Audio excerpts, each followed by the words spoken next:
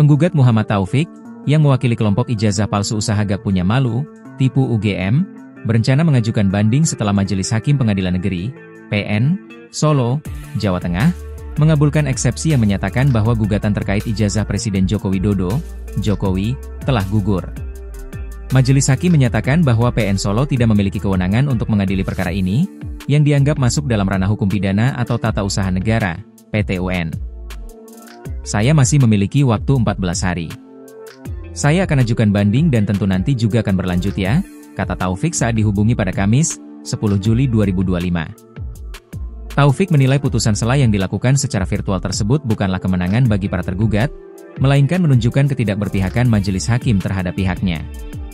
Jadi ini bukan disebut kemenangan, tapi saya mengatakan ternyata hakim itu masih di bawah bayang-bayang ketakutan. Hakim itu masih menyimpan perutnya itu dengan rasa takut dan itu sudah kami prediksi tadi pagi, ungkapnya. Selain itu, Taufik juga mengungkapkan bahwa pihaknya akan menyiapkan gugatan citizen lawsuit sebagai langkah untuk melawan eksepsi yang telah dikabulkan oleh majelis hakim.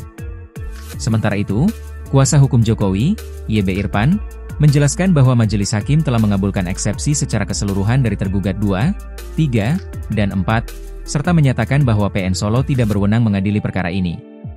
Dengan adanya putusan sela ini, persidangan di PN Solo terkait tudingan ijazah palsu tidak akan melanjutkan pemeriksaan pokok perkara, kecuali jika banding diajukan.